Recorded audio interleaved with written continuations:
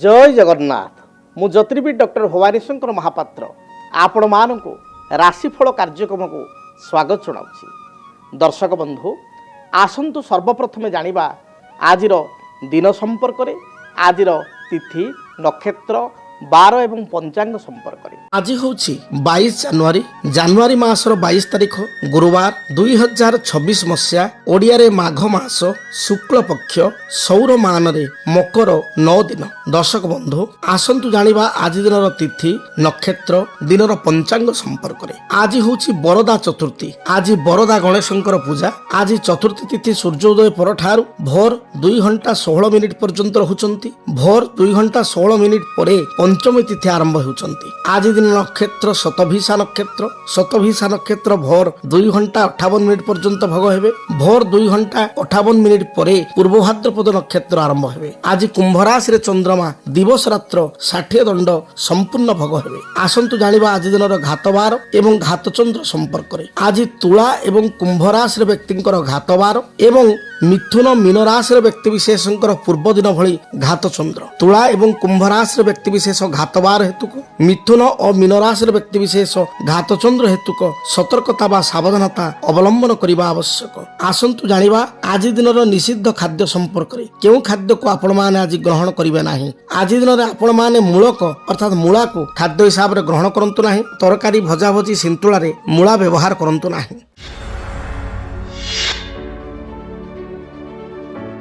एबे आसंतु जानिबा जन्म जातक रे ग्रह स्थिति अनुजाई बा जन्म जातक आपणकर जन्म लग्न एवं राशि अनुजाई कौन पाई विवाह पूर्वर जातक मेलक करिवार आवश्यकता रही। जातक मेलकर गुरुत्व कौन कहीं आम जातक मेलक करी बा जातक को मैच मेकिंग करी कहीं विवाह पाई आग्रह करिबा।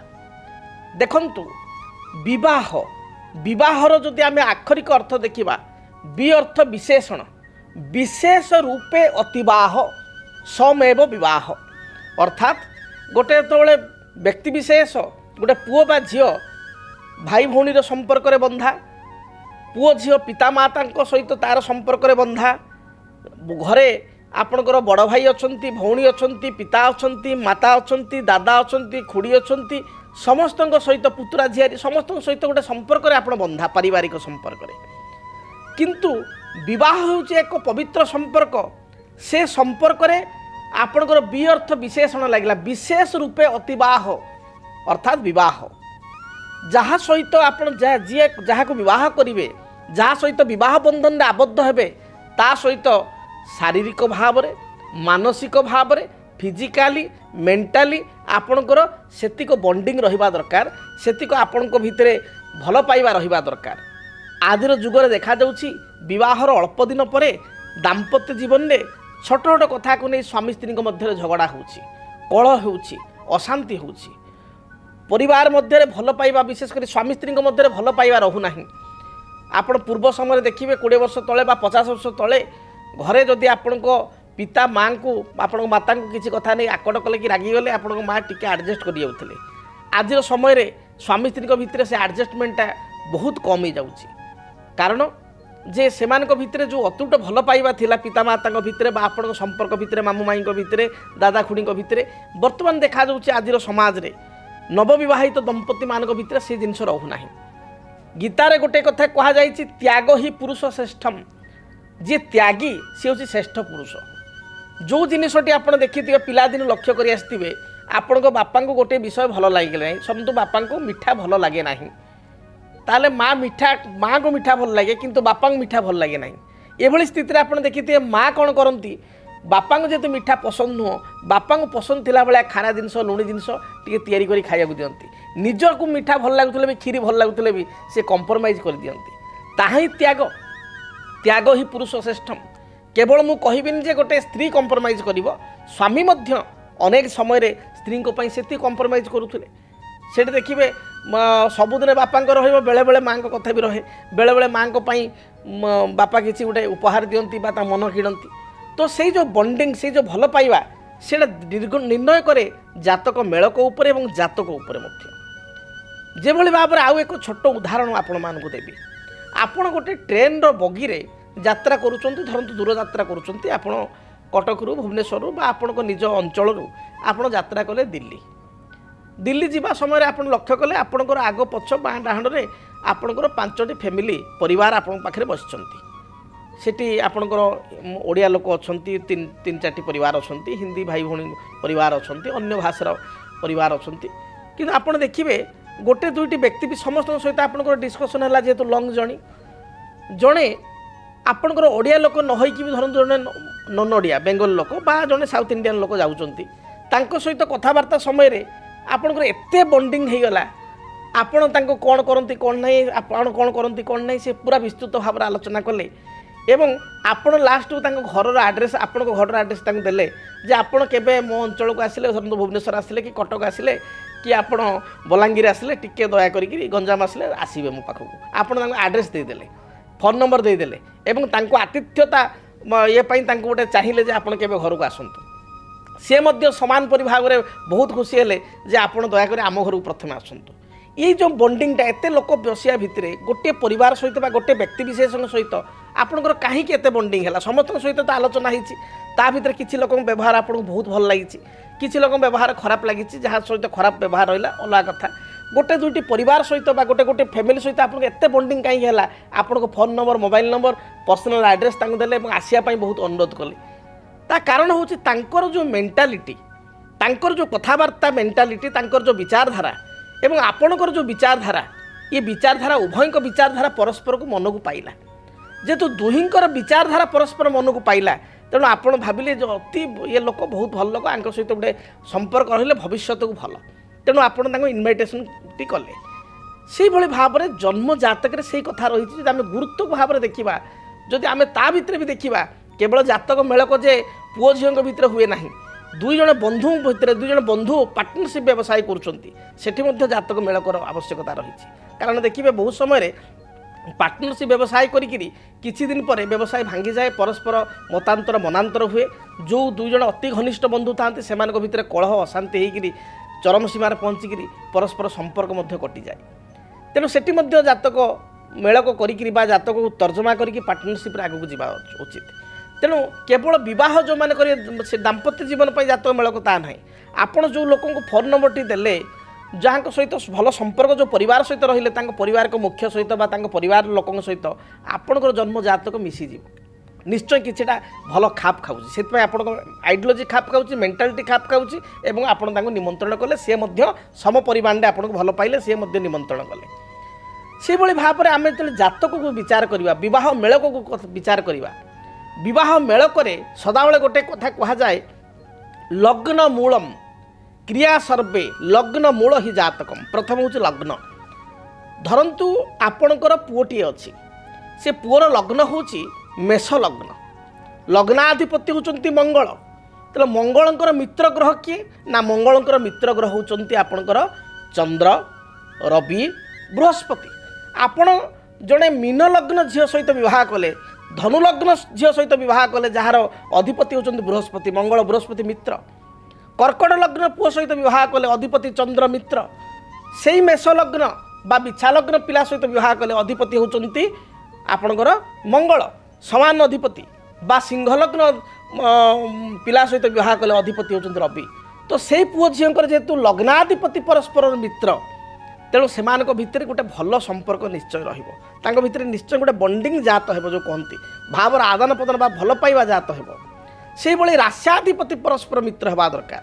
ଯେତେବେଳେ ଆପଣ ଜାତକ ମେଳ କରୁଛନ୍ତି, ସେତେବେଳେ ଆମେ ଅନେକ ସମୟ ଦେଖୁ ଦଶ ମେଳକ ବହୁତ ଲୋକ କରନ୍ତି। ସେ ଦଶ ମେଳକ ଆପଣ କହିପାରିବେ ଗୋଟେ ସାଧାରଣ ମେଳକ, ଗୋଟେ ପାସ୍ ମାର୍କ ହେଇପାରେ, କିନ୍ତୁ ଗୋଟେ ଡେଷ୍ଟିନେସନ୍ ମେଳକ ଆମେ ସେଇଟା ହେଲା ନାହିଁ। ଗୋଟେ ଅତି 60% ଏଭବ୍ରୁ ଅଧିକ ମ୍ୟାଚିଂ କଲେ ଆମେ କହିବା ଗୋଟେ ବହୁତ ଭଲ ମେଳକ, ଆଦର୍ଶ ମେଳକ ହେଲା। ତେଣୁ ଯଦି ଗୋଟେ ବିବାହ, ତ ଆପଣଙ୍କର ବାଲିଘର ନୁହଁ, ଆଜି ବିବାହ ହେଲା କାଲି ଭାଙ୍ଗିଗଲା। ବିବାହ ହେଉଛି ଲାଇଫ୍ ଲଙ୍ଗ୍। ଶାସ୍ତ୍ରରେ ବି କୁହାଯାଏ, wife is not necessary in young days but wife is most necessary in old age. କାହିଁକି କୁହାଗଲା ଏ କଥାଟି? ଏଠି ୟଙ୍ଗ୍ ଏଜ୍ରେ ସ୍ତ୍ରୀ ଯେତିକି ଆବଶ୍ୟକ ନାହିଁ, ବାର୍ଦ୍ଧକ୍ୟ ସମୟରେ ସ୍ତ୍ରୀକୁ ଚିହ୍ନିବ ବୋଲି କଥାରେ ଅଛି। ବାର୍ଦ୍ଧକ୍ୟ ସମୟରେ ଯେତେବେଳେ ଆପଣଙ୍କୁ ବୟସ ହୋଇଯାଇଥିବ 75-80, ଆପଣଙ୍କ ସ୍ତ୍ରୀଙ୍କୁ ବୟସ ହୋଇଯାଇଥିବ 68-72, ପିଲାମାନେ ସବୁ ସେଟେଲ୍ ହୋଇଥିବ ବିଦେଶରେ, ସେତେବେଳେ ଆପଣ ପାଣି ଗ୍ଲାସଟେ ମାଗିଲେ ଆପଣଙ୍କ ସ୍ତ୍ରୀଙ୍କର ଆଣ୍ଠୁ ଦରଜ ଥିବ କି ଆଣ୍ଠୁ ଗଣ୍ଠି ଯନ୍ତ୍ରଣା ଥିବ, ତଥାପି ପାଣି ଗ୍ଲାସଟେ ହାତ ଥରେ ଥରେ ଆଣିକି ଦେବେ। That is called true love. ସେଇଟା ହିଁ ପ୍ରକୃତ ଭଲ ପାଇବା। ଆଜିର ସମୟରେ ଭଲ ପାଇବାର ସଂଜ୍ଞା ଅଲଗା ପିଲାମାନଙ୍କ ପାଇଁ। ତେଣୁ ଏଇ ଯେଉଁ ଭଲ ମ୍ୟାଚିଂ ବା ଆଦର୍ଶ ମେଳକ ଯଦି ଜାତକରେ ହେଲା, ଆମେ ଯଦି ଟପିକ୍ ଉପରକୁ ଆସିବା, ରାଶ୍ୟାଧିପତି ପରସ୍ପର ମିତ୍ର, ଲଗ୍ନାଧିପତି ପରସ୍ପର ମିତ୍ର, ଆପଣ ଜାଣନ୍ତୁ ସେଇଠି ଆପଣଙ୍କର 30-40% ଜାତକ ମିଶିଗଲା, ମ୍ୟାଚ୍ ହେଇଗଲା। ତେଣୁ ତାକୁ ଆଗ ଗୁରୁତ୍ୱ ଦେବେ। ଯଦି ବିପରୀତ ଧର୍ମର ଲଗ୍ନ ସହିତ ବିବାହ କରିବେ ବା ଲଗ୍ନରେ ବିପରୀତ ଧର୍ମର ଲୋକ ମାନେ ଗ୍ରହ ବସିଥିବେ, ଫର୍ ଏକ୍ଜାମ୍ପଲ୍ ଆମେ ଗୋଟେ ଉଦାହରଣ ଭାବରେ ବୁଝିବା, ଆପଣଙ୍କ ଝିଅର ଲଗ୍ନ ହେଉଛି ମେଷ ଲଗ୍ନ ଏବଂ ଲଗ୍ନରେ ବସିଛନ୍ତି ମଙ୍ଗଳ, ଆଉ ଯେଉଁ ପିଲା ସହିତ ଯେଉଁ ପୁଅ ସହିତ ବିବାହ କଲେ ସେ ପିଲାର ହେଉଛି ଧରନ୍ତୁ ଆପଣଙ୍କର କନ୍ୟା ଲଗ୍ନ, ଲଗ୍ନରେ ବସିଛନ୍ତି ବୁଧ। ଆପଣଙ୍କର ଯେତେ ବି ବାକି ଗ୍ରହ ସୂଜିଥାନ୍ତୁ, ଯେତେ ବି ଆପଣଙ୍କର ନାକ୍ଷତ୍ରିକ ମେଳକ ହେଉ, ନାଗନାଡ଼ି ଦୋଷ ନଥାଉ, ଯାହା ବି ଥାଉ, ଯଦି ସେ ଜାଗାରେ ବିବାହ କରିବେ ତାହେଲେ ମୁଁ ଗ୍ୟାରେଣ୍ଟି ଦେବି ଡିଭୋର୍ସ ସୁନିଶ୍ଚିତ, ବିଚ୍ଛେଦ ସୁନିଶ୍ଚିତ। କାରଣ ଦୁଇ ଜଣଙ୍କର ଲଗ୍ନ ବିରୋଧାତ୍ମକ ଲଗ୍ନ, ଲଗ୍ନରେ ବିରୋଧାତ୍ମକ ଅଧିପତି ବସିଲେ। ସେଇଭଳି ଗୋଟେ ପୁଅର ଜାତକରେ ଲଗ୍ନରେ ମଙ୍ଗଳ ଏବଂ ଆଉ ଗୋଟେ ଝିଅର ଜାତକରେ ଲଗ୍ନରେ ଶନି, ଏ କ୍ଷେତ୍ରରେ ମଧ୍ୟ ବିରୋଧାତ୍ମକ ହୋଇଗଲା।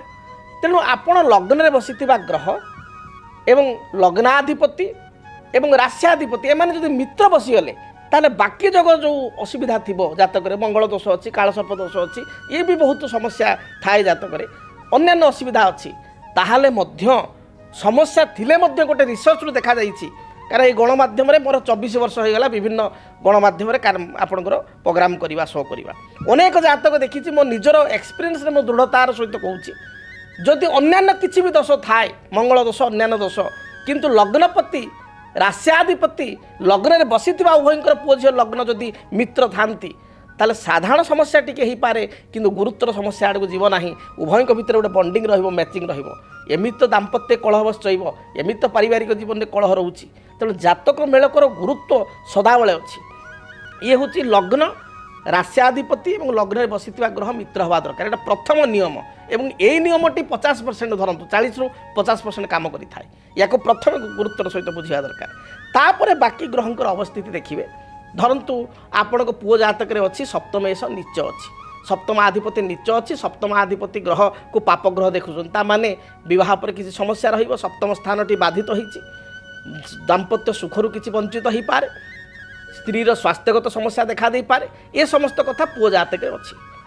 ମାତ୍ର ଯେଉଁ ଝିଅଟି ବିବାହ କରିବେ ସେ ଝିଅର ଲଗ୍ନାଧିପତି ଉଚ୍ଚ ଅଛି, ଲଗ୍ନ ହେଉଛି ଶରୀର, ମନୋବଳ, ସେ ଉଚ୍ଚ ଅଛି। ତା ମାନେ ସେ ପୁଅ ଜାତକରେ ଯଦ୍ୟପି ଝିଅ ରଗିଣା ବା ବହୁ ରଗିଣା ଯୋଗ ଦେଖାଉଛି, କିନ୍ତୁ ବହୁ ଜାତକରେ ଲଗ୍ନପତି ଉଚ୍ଚ ଅଛି, ଲଗ୍ନରେ ପାପ ଗ୍ରହ ନାହାନ୍ତି, ତାହେଲେ ବହୁ ନିରୋଗୀ ହୋଇଗଲା। ତ ପୁଅ ଜାତକରେ ଥିବା ଭାଗ୍ୟକୁ ଜାତକ ମେଳକ କରିବା ଦ୍ୱାରା ଆପଣ ରଗିଣା ସ୍ତ୍ରୀଟେ ଭାଗ୍ୟରେ ଲେଖା ହେଇଛି, ମାତ୍ର ଗୋଟେ ନିରୋଗୀ ଏବଂ ମାନେ ଉତ୍ତମ ସ୍ୱାସ୍ଥ୍ୟବାନ ଝିଅଟି ଆପଣ ତା ସହିତ ବିବାହ କଲେ, ଯେଉଁଟାକି ପୁଅର ଯେଉଁ ସମସ୍ୟା ଥିଲା ସେ ସମସ୍ୟାଟି ଜାତକ ମେଳକ ଦ୍ୱାରା କଟିଗଲା।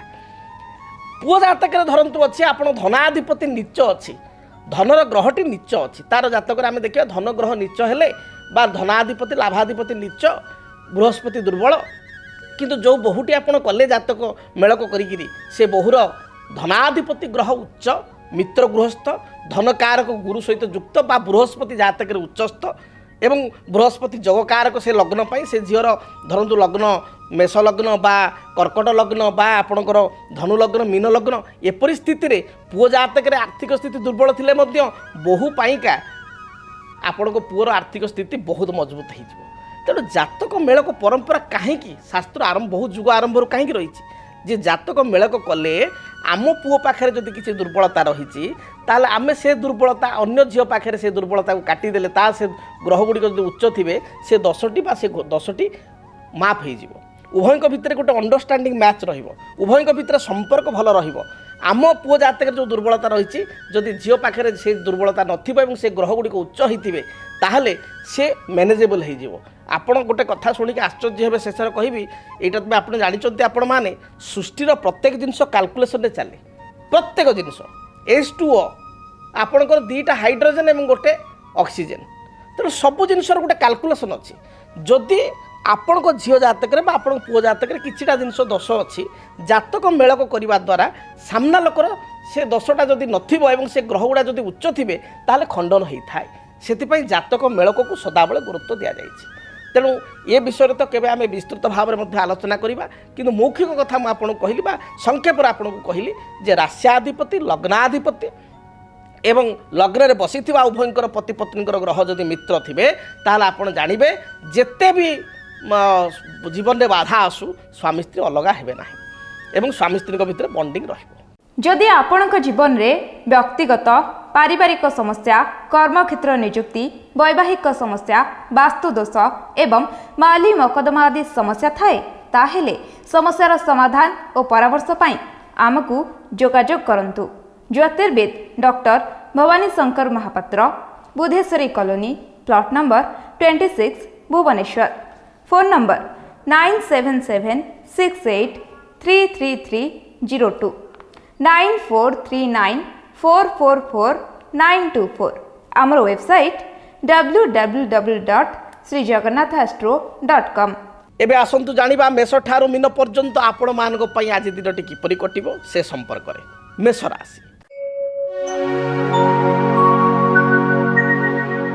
मेष राशि व्यक्ति विशेषक पई आज दिनटी मध्यम रहिबो पूर्वर स्वास्थ्यगत समस्या थिले ता दूरीभूत हेबो किछि अधिका पाइबार आशा मन भितर जात होई पारे बा कोनोसी द्रव्य को आपण लक्ष्य करी पाइया पई चिंता करि पारंती कर्म जीवन अनुकूल रहिबो व्यवसायी माने व्यवसाय रे अधिक इन्वेस्टमेंट करंतु नाही रिस्की इन्वेस्टमेंट हे जीवो अधिका इन्वेस्टमेंट कले गृहिणी मानक पई महिला मानक पई दिनटी शुभर कटिबो विद्यार्थी मानक पई दिनटी शुभ रहिछि आपणक पई शुभ रंग हळदी लाल एवं आपणक खैर एही रंगर वस्त्र व्यवहार करंतु संख्या हिसाब से नंबर 9 को व्यवहार करंतु अधिक शुभ फल प्राप्ति पाई घर जेतेबेला आपण बाहर को जाउचंती माँ दुर्गा निकट में 9 गोटी आपण लाल रंगर मंदार फूल अर्पण करी दूरयात्रा करंतु दिनटी शुभप्रद है वृष राशि पारिवारिक जीवन में जो बाधा विघ्न थिला ता दूरीभूत हेबो कर्मक्षेत्र आपण पई सुखप्रद हेबो मांकर किसी स्वास्थ्यगत समस्या थिले स्वास्थ्य रे उन्नति आसीबो परिलक्षित हेबो आपणकर बहु दिन अटिक रहितिबा कार्य आज दिन रे समाधान हेबो कोर्ट कचेरी विचाराधीन मकदमा रे आपण विजय लाभ करिवे आपणक पई शुभ रंग धला सबुज एवं नील ए रंग को व्यवहार करंतु शुभ संख्या हिसाब रे नंबर 6 को व्यवहार करंतु अधिक शुभ फल प्राप्ति पाई घर जेतेबेला आपण बाहर को जाउचंती सामान्य दही खाई बा चामुचे दही खाई आपण दूरयात्रा करंतु दिनटी शुभप्रद हेबो मिथुन राशि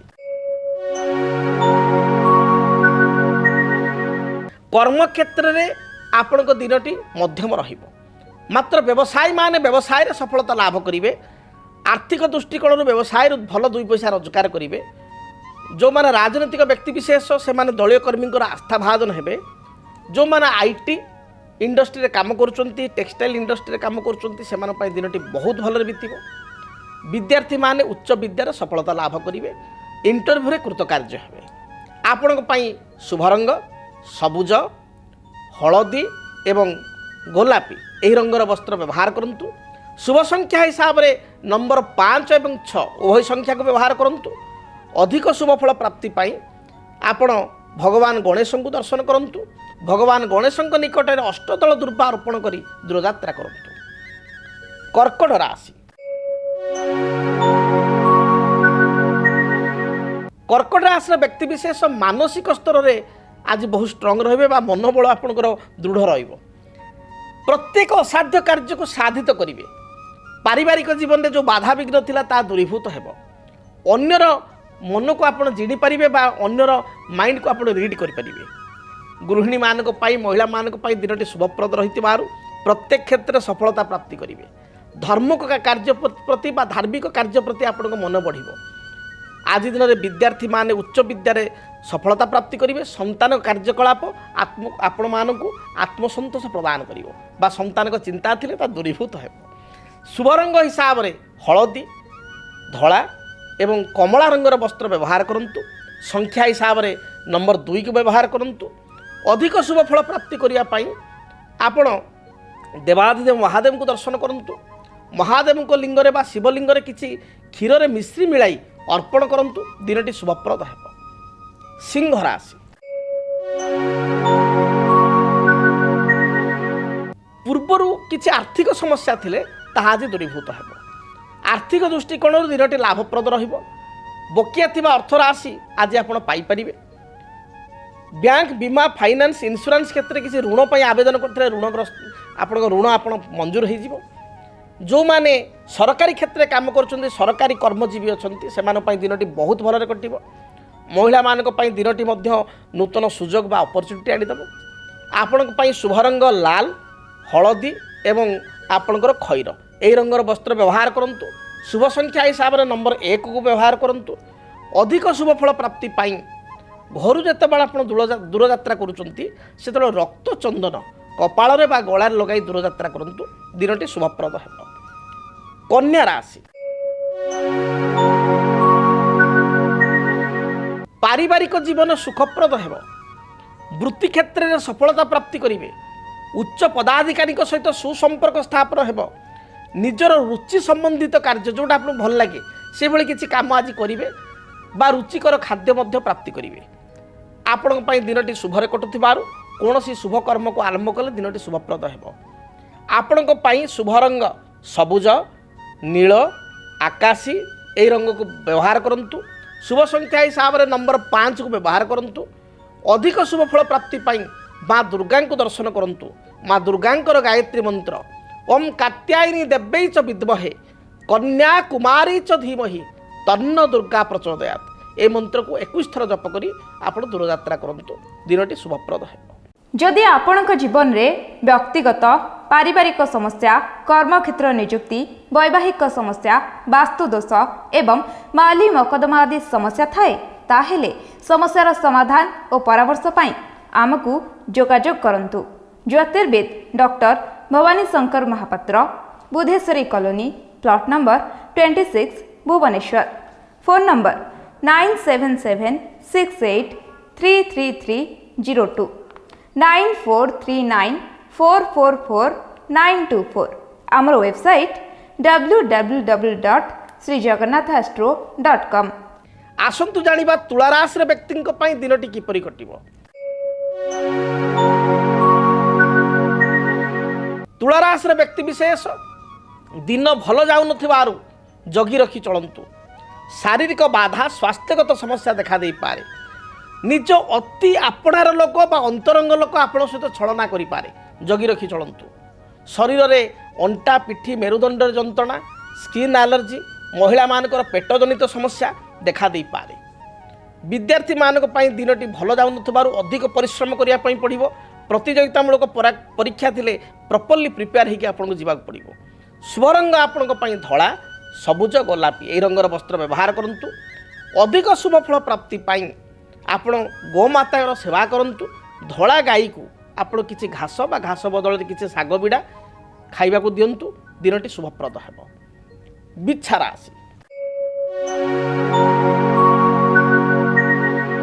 पूर्वर अधा अधूरा अटिकी रही कार्य को आज दिन आरंभ करूँ देखिए निश्चय ता कंप्लीट हो पूर्णांग हो पारिवारिक जीवन सुखप्रद है भाई भौणी मध्य उत्तम संपर्क भाई भाई मध्य उत्तम संपर्क देखादेव भाई बा भौणी साहाय्य उपहार प्राप्ति करेंगे घर को विवाह व्रतादि मांगलिक कार्य किसी इनविटेशन कार्ड आपको आसीपे निमंत्रण पत्र आसीपे दाम्पत्य जीवन सुखप्रद है विद्यार्थी मानक महिला मानक दिनटी भलरे बीतब शुभ रंग हिसाब से हलदी लाल एवं गोलापी रंग को व्यवहार करूँ शुभ संख्या हिसाब से 3 9 को व्यवहार करूँ अधिक शुभ फल प्राप्ति पाई हनुमान को दर्शन करूँ हनुमान को निकट में आपण किसी अपराजिता फूल बा विशेषकर 7टी नील अपराजिता फूल अर्पण करी दूरयात्रा करूँ शुभ फल प्राप्ति करेंगे। धनु राशि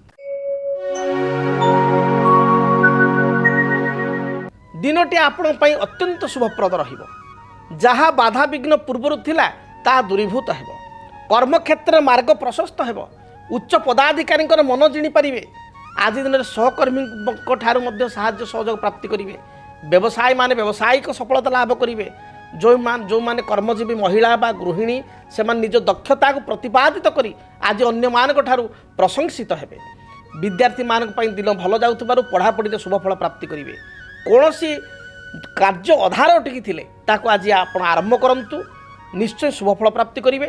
ବା ଯେକୌଣସି ନୂତନ କର୍ମକୁ ଆରମ୍ଭ କରନ୍ତୁ, ଅୟମ ଆରମ୍ଭ ଶୁଭ ରହିବ। ଆପଣଙ୍କ ପାଇଁ ଶୁଭ ରଙ୍ଗ ହଳଦୀ, ଆପଣଙ୍କର ଲାଲ ଏବଂ ଖଇର ଏହି ରଙ୍ଗର ବସ୍ତ୍ର ବ୍ୟବହାର କରନ୍ତୁ। ସଂଖ୍ୟା ହିସାବରେ ନମ୍ବର 3କୁ ବ୍ୟବହାର କରନ୍ତୁ। ଶୁଭତା ପ୍ରାପ୍ତି ପାଇଁ ବା ଅଧିକ ଶୁଭଫଳ ପ୍ରାପ୍ତି ପାଇଁ ଆଜି ଦିନରେ ଆପଣ ମହାଦେବଙ୍କର ଗାୟତ୍ରୀ ମନ୍ତ୍ର ଓମ୍ ତତ୍ପୁରୁଷାୟ ବିଦ୍ମହେ ମହାଦେବାୟ ଧୀମହି ତନ୍ନ ରୁଦ୍ର ପ୍ରଚୋଦୟାତ୍, ଏହି ମନ୍ତ୍ରକୁ 11 ଥର ଜପ କରି ଦୂରଯାତ୍ରା କରନ୍ତୁ। ଦିନଟି ଶୁଭପ୍ରଦ ହେବ। ମକର ରାଶିର ବ୍ୟକ୍ତିଙ୍କ ପାଇଁ ଦିନଟି କିପରି କଟିବ ସେ ସମ୍ପର୍କରେ ଜାଣିବା। ମକର ରାଶି, ମକର ରାଶିର ବ୍ୟକ୍ତିଙ୍କ ପାଇଁ ଦିନଟି ଶୁଭପ୍ରଦ ରହିଛି। ଆଜି ଦିନରେ କୌଣସି ଅର୍ଥ ଆପଣ ପ୍ରାପ୍ତି କରିବେ। ଉପହାର ସୂତ୍ରରେ କିଛି ଦ୍ରବ୍ୟ ମିଳିପାରିବ ଆପଣଙ୍କୁ। ବିବାହ ବ୍ରତ ମାଙ୍ଗଳିକ କାର୍ଯ୍ୟରେ ଆପଣ ଯୋଗଦାନ କରିବେ। ନିଜ ଅନ୍ତରର କଥା ଆପଣ ଅନ୍ୟମାନଙ୍କ ପାଖରେ ସେୟାର କରିବା ପାଇଁ ସୁଯୋଗ ପାଇବେ ବା ଅତି ଆପଣା ଲୋକଙ୍କ ସହିତ ସେୟାର କରିବେ। ଯେଉଁମାନେ ବିଦ୍ୟାର୍ଥୀ ଲେଖାପଢ଼ାର ଶୁଭଫଳ ପ୍ରାପ୍ତି କରିବେ। ପାରିବାରିକ ଜୀବନ ଗୃହସ୍ଥ ଜୀବନ ଶୁଭପ୍ରଦ ରହିବ। ଆପଣଙ୍କ ପାଇଁ ଦିନ ଭଲ ଯାଉଥିବାରୁ ଯେକୌଣସି ଶୁଭ କାର୍ଯ୍ୟ ବିଶେଷ କରି ମାଙ୍ଗଳିକ କାର୍ଯ୍ୟ ବା ଧାର୍ମିକ କାର୍ଯ୍ୟର ଆରମ୍ଭ କରନ୍ତୁ। ଦିନଟି ଶୁଭପ୍ରଦ ହେବ। ଶୁଭ ରଙ୍ଗ ହିସାବରେ ସବୁଜ, ଆପଣଙ୍କର ବଟର କଲର୍ ବା ଲହୁଣୀ କଲର୍ ବା ଘିଅ କଲର୍ ଆମେ କହିପାରିବା, ଘିଅ କଲର୍ ଏବଂ ଖଇର କଲର୍ର ରଙ୍ଗକୁ ବ୍ୟବହାର କରନ୍ତୁ, ବସ୍ତ୍ର ବ୍ୟବହାର କରନ୍ତୁ। ସଂଖ୍ୟା ହିସାବରେ ନମ୍ବର 6 ଏବଂ 8କୁ ବ୍ୟବହାର କରନ୍ତୁ। ଅଧିକ ଶୁଭଫଳ ପ୍ରାପ୍ତି ପାଇଁ କାଳି ଗାଈର ସେବା ଯତ୍ନ ନିଅନ୍ତୁ। କୌଣସି କାଳି ଗାଈକୁ ଘାସ ବା ଘାସ ସହିତ ସାମାନ୍ୟ ଗୁଡ଼ ମିଶାଇ ଖାଇବାକୁ ଦିଅନ୍ତୁ। ଦିନଟି ଶୁଭପ୍ରଦ ହେବ। କୁମ୍ଭ ରାଶି, ଆପଣଙ୍କର ସ୍ୱାସ୍ଥ୍ୟଗତ ସମସ୍ୟା ଦିନଟିରେ ଦେଖାଦେବ। ଗୁପ୍ତ ଶତ୍ରୁଙ୍କ ଯୋଗୁଁ ମନ ବିଚଳିତ ହେବ। ଅନ୍ୟକୁ ସାହାଯ୍ୟ କରି ନିଜେ ପସ୍ତାଇବାକୁ ପଡ଼ିପାରେ। ଆଜି ଦିନରେ ଜଗି ରଖି ଚଳନ୍ତୁ।